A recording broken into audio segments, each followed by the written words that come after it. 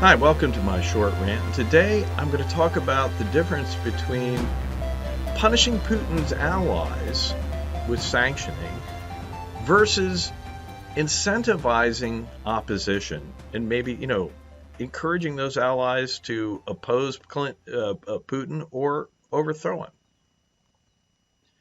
So, to look just at where I'm coming from with this. President Biden went and spoke in Poland, and he talked about, oh my, good Lord, this man can't stay in power, talking about Putin, and everyone freaked out. The New York Post is saying, well, it's a catastrophe. Over at the Washington Post, Jennifer Rubin said, well, it was okay that Biden said it, but his advisors shouldn't have walked it back. And the thing is that my reaction to this was he just said the quiet part out loud. And by that, I mean, not just that, hey, yeah, we would like Putin to go. And so, yeah, that would be nice. But the key thing is that if we're trying to change Putin's behavior, right, he's a dictator. He doesn't really care about, authoritarian, whatever you want to call it, leader of a leader of a small coalition system in the language of selectorate theory. And the point is that he is motivated to stay in power. And so if you, in an authoritarian system where we don't think of leaders being pressured and being allowing people to express their interests, if you aren't threatening his job, are you even doing anything? This would be my point. And so him getting out of power is the quiet part, not because we're not saying it, but because it's the threatened action. It's the thing that won't necessarily occur if we're successful at getting him to change his policy in Ukraine. That won't occur, right? So we're threatening that action, and therefore it's something sometimes we call the out of equilibrium outcome or a counterfactual, but it can be very important for contextualizing what actually happens, the factual that happens. So this is my question.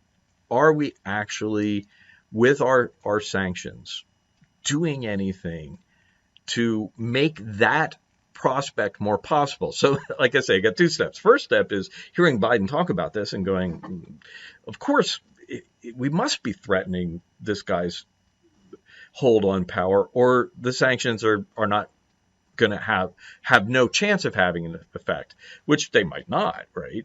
If you can't tell a story about how this is supposed to work. Now, how do I think this might, be, how is this supposed to work? When we talk about Putin's supporters, right? And a lot of effort has been focused on sanctioning individuals, the allies of Putin. And Anders Aslund, in his book on Russia's crony capitalism, he identified three circles of power. One is, and you have it there, the state circle of power. These are Putin allies that Putin has put into key positions in the government. These folks here in this row are largely people from the FSB who've been with Putin in St. Petersburg, where he came up and rose to national prominence. And these are his boys from back in the day. And these are the three that are in the government. Then Aslund says there's other circles. There's the leaders of the large state enterprises, Rostec, Rosneft, which is a gas company, and Gazprom, which is the gas company. And these are also his allies. And everyone here is sanctioned. Trust me, everyone here has been sanctioned. Then there's his large state, the top cronies who are in, they're not state companies, they're private companies, but they're run by his folks. And so Gennady Timchenko, Kovalchuk at Rosia Bank, and the brothers Rotenberg, my favorite too. These guys have a company that builds pipelines largely for Gazprom and Rosneft, and they get paid 3 times what it costs to do them and all. The point about sanctioning these guys, and here's the question. Okay, we can punish them. But how does punishing them encourage them to use their influence with Putin to change path, or to pull their support from him and pull him out of power, right? And this is what I mean about incentivizing opposition, or we could call it incentivizing regime change. But we're not doing that. So what's the story? This is what I'm asking. And part of what I'm thinking is, look, the brothers Rotenberg, okay, or better yet, if we go back to the top, the guys who are actually in the government and, his FSBs, right? So Sergei Ivanov, right? How does he, what's his incentive to go to Putin and say, you need to change, or I'm going to pull my support from you, right? Where's that incentive? And the thing is, okay, you're seizing his assets. And by the way, as Andrew Aslan's fourth circle of support for Putin is the tax havens, right, where all their money is, right? And there's an estimate that up to like $400 billion has been stripped from the government through the various means. These guys have, enriched themselves and out through Cyprus, and into the United States and United Kingdom, where we have good property rights and we protect people, and we allow, until recently, allowed shell companies and other things. And we had an exemption in the Patriot Act in the United States for real estate, right? And normally you have to, when you do something with a bank, you have to prove who you are. You have to verify your identity with the bank. But that's part of the Patriot Act, but not for real estate. So you can have a shell company and own real estate in the United States. And also, if there's attorney-client, there's loopholes, right? So the point is, the money's in the United States and United Kingdom, where it can be, if it can be identified, it can be seized. Okay, so we're going to be seizing or threatening to seize money from these guys. That makes them not happy about what Putin's doing, but where's the incentive to overthrow him, right? Because where's the benefit? So the frame of reference that I'm saying is important here is Sergei goes in and says, well, I'm sorry, but I got to go with someone else. Or, somebody is going to make a move. Maybe Sergei is going to make a move to be in charge. Where's the incentive there? How do the sanctions improve that incentive, right? They make Sergei pissed at Putin, but does Sergei have a better option without him? Or ask it for all of these guys, right? Where is the story that because of the sanctions, these guys now think they're better off without Putin? Not that they're worse off for supporting him. And that's what I mean about incentivizing the opposition. And what are we doing with the sanctioning, right? And these guys, they're sanctioned individually.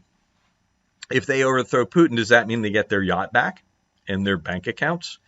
That's a real question. Because I always say with any coercive threat, but sanctioning in particular, there's things you have to do to make it work. One, you have to have a threat that actually is worse. You're asking someone to do something for you.